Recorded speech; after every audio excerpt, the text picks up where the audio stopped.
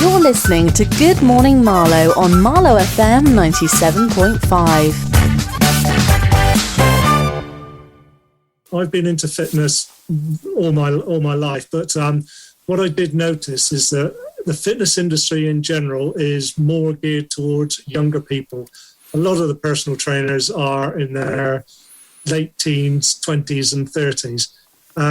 But there aren't many of them around that are in our age group who know the problems, the specific problems. Older people, you know, when you get even in 40s and 50s and 60s, your body's completely different than when you're in your teens and 20s and even 30s. So I was actually working in London and I needed something to occupy my time. So I decided to get my personal trainer qualification.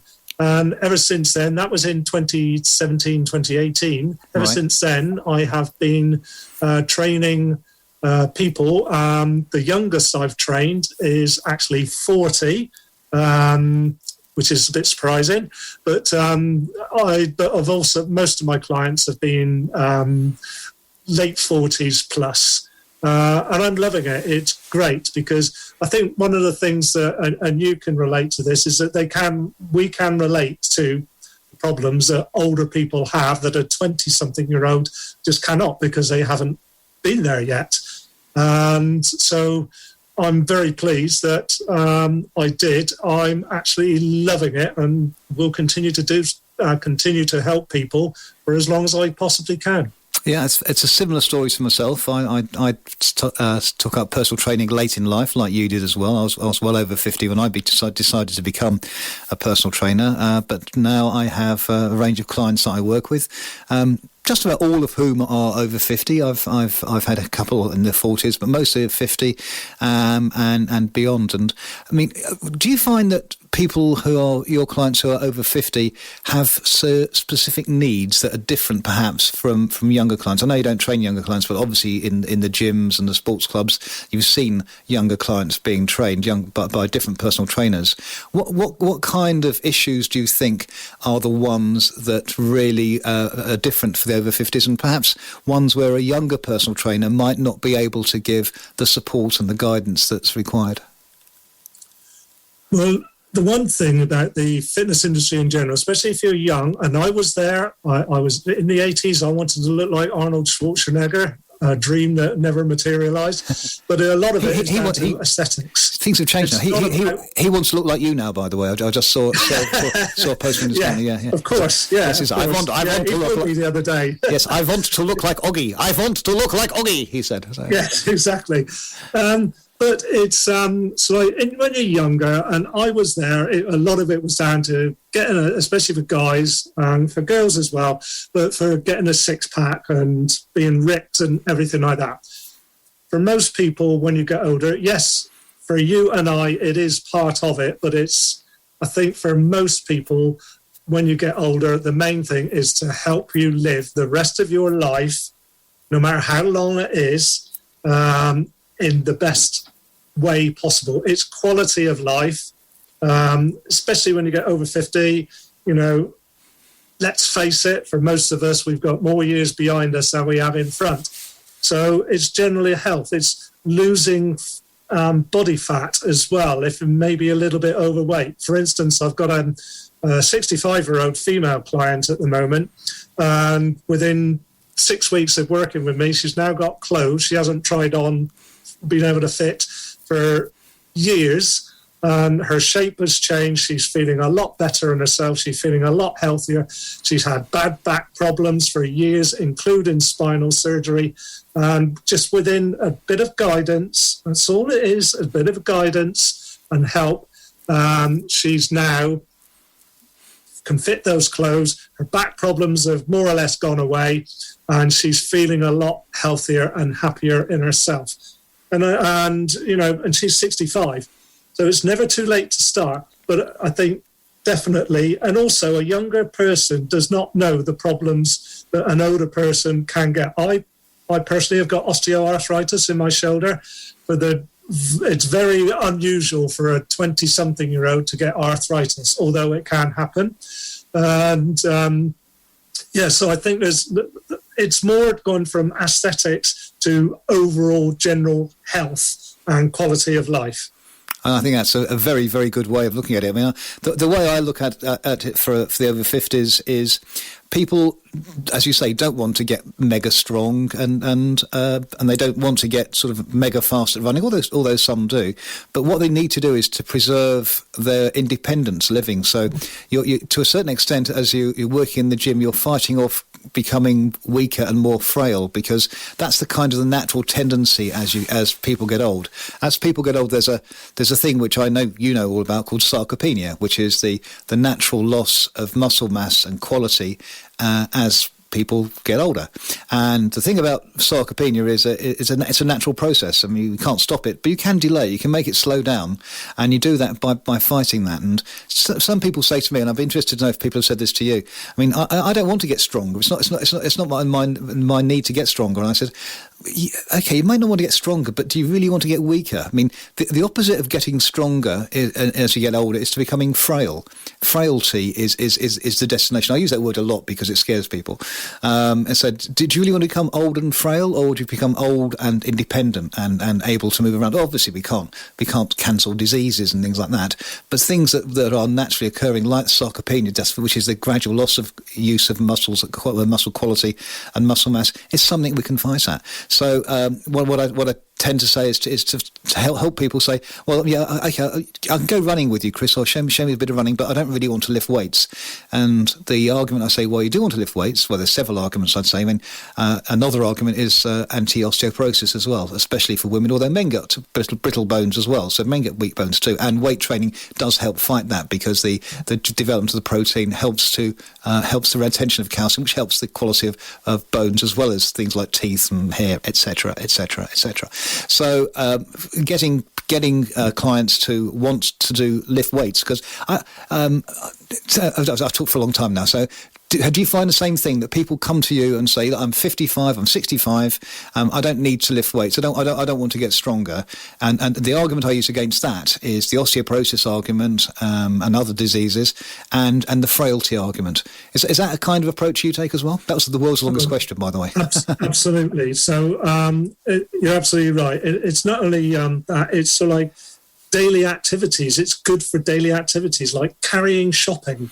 There's an exercise you and I know called farmer's walks, which is, it simulates carrying 2 bags of heavy shopping, which is a daily activity. Now, if you work out in the gym, you don't carry big bags of shopping every day. But if you go in the gym and help maintain your muscle mass, then it's going to help you with doing things like carrying heavy shopping, climbing up the stairs as well. I've helped an old friend of mine. He's about the same age as me, and he's completely lost the use of his legs for no reason. The doctors don't know why. So they're weak. So what I did is, on my YouTube channel, is I just designed some simple chair exercises for him to help to strengthen his legs. And his quality of life is completely, diminished. But since he's been doing those exercises, and they are very simple, it's still resistance training. He has built up the muscles in his legs, and gradually he is beginning to be able to walk a little bit further and go up the stairs a little bit easier. But it's not only that, it's like in the kitchen, for instance, is grabbing something from a high cupboard. You need a shoulder muscle to be able to lift your arm up. And so grabbing something from a high cupboard, and it might be let's say, a couple of plates, which might be a little bit heavy. So maintaining your muscle mass for daily activities is absolutely crucial, because, as Chris says, is that there's a thing called sarcopenia. Look it up. It's quite complicated, but if you don't do something about it, you will really not be able to do things like climbing up the stairs and things like that. But it's also like gardening and housework and all those things that you do, right, without thinking about it. If you did some kind of resistance training and worked on lots of things, your core muscles, for instance, for balance as well. A lot of older people suffer from falls.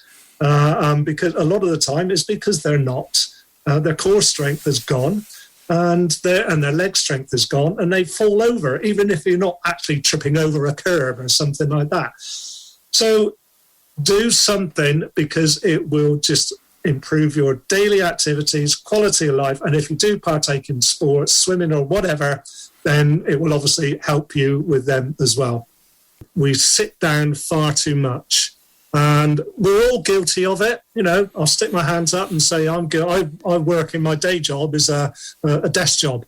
But I think that which makes it even more important to do some kind of workouts and resistance training, because many years ago, like my grandparents on my father's and my mother's side were farmers, right? When they were farmers back in the Second World War, etc., they were doing a very, very physical job, and that's all they did. They didn't sit down or anything like that.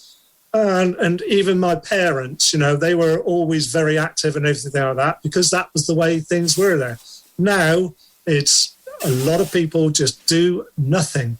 I think I read somewhere that around about 80% of the UK adult population, and it's probably the same throughout the Western world, do not even the bare minimum. They get in a car and drive to the shop, which is only half a mile away or something like that, which is going to lead to even bigger problems. Not only that, don't forget, is that some kind of exercise can help you stop putting on weight as well, or fat, and which, if you've got too much fat, can lead to a whole host of diseases, right? Let's talk about then going on to obesity, right, which could lead mainly to type 2 diabetes. And heart disease. Yes. And not only that, it puts an awful lot of stress on your joints. And not only that, don't forget the heart itself is a muscle and it needs working. If you've got too much fat on your body, then you are going to find it harder to move. And then it becomes a perpetual thing, and you become even more slovenly. So I think modern day living, and it's proven, there are tons of studies, around the world, and it's mostly in the Western world, but also in the Far East and around the world, whereby the prevalence of obesity is on the increase. A lot of it is down to a lot of the rubbish food that we can buy nowadays, which again is convenient. So there is no simple answer, but for individuals, the thing is do some resistance training. Believe me, the benefits are enormous. It's not only looking good, and who doesn't want to look good though, but it's also, again, we come back to quality of life, but I think modern day living does not help in the slightest. And I do think the thing about modern day living is particularly appropriate to the age group we're talking about, the over 50s, because the over 50s are the age group that are more likely to take advantage of, oh look, I've just discovered that I can order my food online from the supermarket and they'll deliver it to my door. That's easier, isn't it? And they're more likely to think, shall I go for a walk or shall I sit at home and watch TV? Well, I would say, and maybe I'm being a bit ageist about this, but I'm allowed to be because I'm in the demographic I'm criticising. the over 50s are more like say, oh, I think I'll stay in and watch TV. It's not good. I don't fancy going for a walk today. So the over 50s perhaps are more likely to accept the easier choice than some of the younger people. But it's not exclusively so. I mean, we have an obesity crisis amongst the young as well, so it's not exclusively over 50s thing. Yeah, absolutely. I mean, I know people. Somebody told me. A good friend of mine, I'm ex-Navy, and he's ex-Navy as well. And he says, why'd you bother? Fast forward a year, and he's now bothering because he realised that he couldn't even bend down to do his shoelaces up because he'd put on so much weight. Yeah. So he now makes a conscious effort to exercise, and he's only a couple of years older than me. I'm 61 now. He's probably, 57 or something like that. Yeah. But from going from, oh, why'd you bother doing all that exercise, blah, blah, blah, to oh, I can't even bend down to do my shoelaces up. I better do something about it, kind of thing. Yeah. And it was a eureka moment when he realised that he really did need to do something. And I think for a lot of people, maybe the older, you do slip into middle age. When you get into your 40s ish, you've got the house, your kids, you've worked hard, and you want to enjoy the benefits. And there's nothing wrong with that. There is nothing wrong with that. And you don't need to be mad and do an hour in the gym like you and I do. Just go for a walk. It's better than nothing. Yeah. I actually found myself slipping into that getting old mentality only yesterday, because I'd been to central London for the day, and I was getting the tube not at midnight, but I was getting the tube back to Marylebone, which is where I get the mainline train home from. And I've always had a rule that I walk up tube station escalators. I don't take the fixed stairs. That's going a bit too far. But I do go on the escalator, but walk up it rather than stand on it. And last night I found myself just by default standing on it rather than walking up, even though I could walk up it. But I decided to not so. As soon as I realised I'd done that, I gave myself a figurative kick up the backside and said, "No, Chris, you can walk up these escalators. You always have done for the past 30 years. Don't stop doing it now. Because if you stop doing it now, then in 10 years' time I probably won't be able to do it." So I started walking up the escalators, and I've made a mental note to myself to not slip into that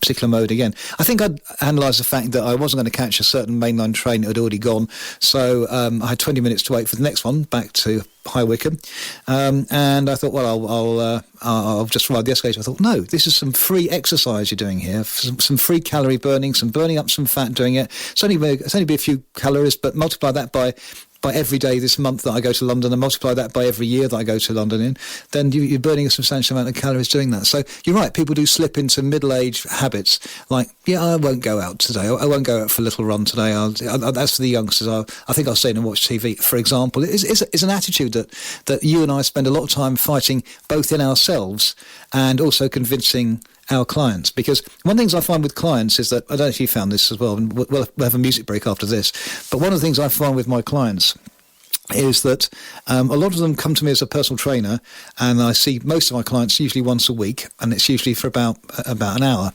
And a lot of them come with the expectation that I can change their lives in 1 hour a week. And I have a speech, which I know you've heard a few thousand times, so I suspect you use it yourself, called the 168-hour speech, which is that there are 168 hours in a week.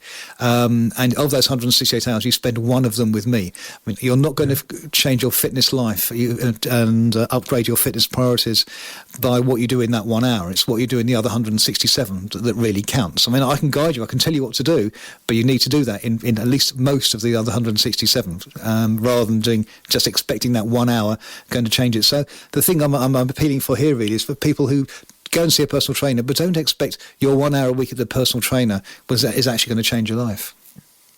Yeah, it's really got to become habitual, and we're not the same as much as we'd like to. We're not the same as we were when we were in our 20s. I mean, I use this analogy that the thought of staying out until 3 o'clock in the morning, then getting up for work at 7 nowadays would kill me probably. Yeah. When I was 20, I had the energy and I could do it. Okay, I might feel a bit rough, but I could do it. Now I'd be dead.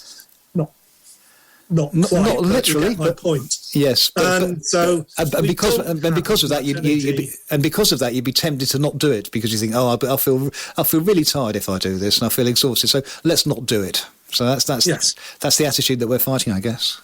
It is, and let's face it, we do like our comforts. Again, this is modern living.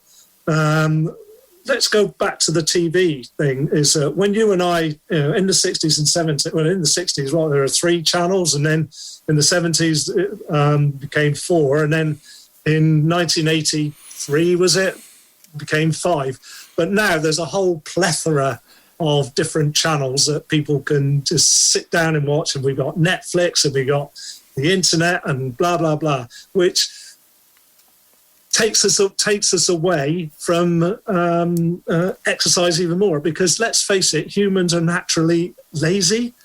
I suppose. Yeah. I think I read humans are naturally lazy and take the easy way.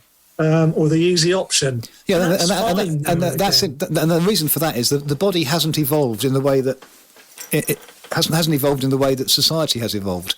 So the society's changed massively in the past 200 years, and the body hasn't. For most of the human existence, I'm not going to use Boris's 1 minute to midnight speech here, but for most of human existence, people have had to work hard to live, to toil the soil, to become gardening, and to go out hunting, for example. And the easy availability of fast food, of nutritious food, which you can go to the shop for or now get delivered to you, that's a much far too recent to have affected human evolution. The body is always thinking, I'm going to have to do something like go foraging for food, or I'm going to have to go hunt an animal, go in the sort of caveman response. And for that, the body's lazy because it's saving energy for when you have to go out and kill that next animal to eat, or you have to go and plough an entire field in order to plant some crops so they can be harvested and eaten. So all that effort you have to do, the body is saving energy to do that. And that's why the body is naturally lazy, because it thinks, I don't want to waste money. I don't want to waste energy doing stuff that isn't essential to keep me alive and fed. But of course, as I said, life has moved on now. We don't have to worry about that. So we do have surplus energy. And that's why you and I spend all our time advocating exercise, I think. Yeah. And I think that's, a lot of people use the phrase motivation, which is great. But I think even more important is discipline. Yeah. The fact that, will you do something even when you don't feel like it? All right. You and I don't feel like training, all the time or anything like that. But it's the discipline of going when you don't feel like it. All right. Now, rest is important, of course, but, it's got to become habitual, and you've got to become disciplined. It's just like being disciplined in what you put inside your mouths. Yeah. Now, I like a pie or a pastry and chips now and again, but it's rare, right? I'm mostly disciplined about what I eat and what I drink, and certainly about my exercise. And so I think that if you can discipline yourself to saying, right, I don't feel like going, but I want to go, then that is a huge barrier that you've got yourself over. Even if you just go for a walk, or if you've got, just do some press-ups at home. You don't even need to go to a gym. There's plenty of stuff. And that's what my YouTube channel is mostly about, being able to work out at home with no equipment. And it doesn't need to be crazy stuff or anything like that. And that's another thing I don't like about the fitness industry. It portrays that you've got to lift these massive heavy weights. You've got to go for crazy long runs. You've got to do these crazy exercises that maybe when you were 25, your body could handle. But if you try them at our age, then you may cause yourself some damage. So it's just be disciplined. Just do 5 minutes. 5 minutes is better than nothing, because otherwise modern lifestyle will drown you and take over, as we've already discussed. Absolutely. Oggie, you've mentioned your YouTube channel a couple of times. How do people find your YouTube channel? So you can go into, you can type into a Google or your browser search and type for Oggie Silver Fitness. It's OGGIE Silver Fitness, all one word, and then it should come up with the option of YouTube, or go on to YouTube, www.youtube.com, and then type in the search bar Oggie Silver Fitness, again the same thing.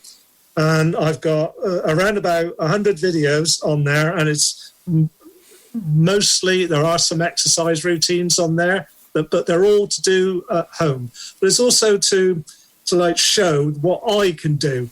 Don't try and compare you. If you're new to exercise and you're 50 plus or whatever, don't try and compare yourself to me. I've been doing this kind of thing for decades. All right. But just do what you can do. So I've got various routines you can be done at home with the bare minimum equipment, and a lot of it is just your body weight. One thing that I find quite interesting is that when I go to gyms, I see quite often people over 50 doing things on treadmills, and stationary bikes. And I think that a lot of over 50s think fitness is just cardio type fitness. I mean, maybe they're training to do a half marathon or even a marathon, or they're doing a couch to 5K program, or they want to start thinking of becoming a triathlon, but a triathlete. But again, this is something that they don't often think of other areas, which I'm a big fan, as you know, of resistance training, but also of things like balance and flexibility and coordination and proprioception, which is knowing where you are in space so you don't fall over so much. And I find that people don't need much encouragement to do cardio type activity if they really want to start running or cycling. But the balance, the flexibility, the coordination seems to be at the bottom of most of my clients' lists of wishes. Do you find something similar? Yeah, and it's one of those things that people really do need to think about. I mean, we mentioned balance earlier. So one of the simple exercises I give for my clients of balance is stand on one leg. Just stand on one leg and see what you can do. Because again, that will help strengthen the core. It's a simple core exercise. And it's more important because as you get older, we do tend to fall more in the general population. And having a better balance and knowing where you are can really, really help. Again, it's quality of life. There's another thing about it is there's a thing called planes of motion. Most of us walk going forward, all right?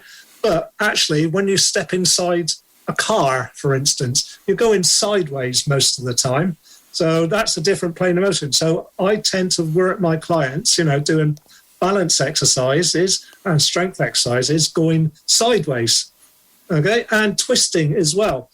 Twisting exercises as well. Flexibility, it's all part of the overall healthy lifestyle strategy. Like, for instance, a simple upper body twisting exercise can help with the thoracic spine. A lot of us bend over a lot on a computer, okay? But you need to strengthen your back. But also a simple twisting motion can help strengthen your back, your thoracic spine. The whole of your spine has got a whole bunch of muscles that support it, and they need working. It's easy to do, just twisting. But it's, cardio is fine. There is nothing wrong with cardio, right? But as you get older, you need to consider definitely flexibility, which helps with the joints. There's a thing called synovial fluid. And if you sort of do some simple exercises whereby you're making yourself more flexible, it helps the muscles as well. And simple movements with the hips and the arms and the shoulders and everything like that. It all helps. It all helps everything. So it's got to be across the board. And rather than just cardio. And I tend to find that most of my clients who are over 50 tend to not do that without me prompting them. But definitely people in the gym who are under 50, if you see the 20-year-olds, rarely are they doing flexibility, rarely are they doing mobility or coordination exercises. So it's funny because, again, when you're 20-something, you can get away with a whole lot more. But they are storing up problems. They will get into the habit of not doing it. Yeah, then exactly. One day they're going to have an injury. Exactly.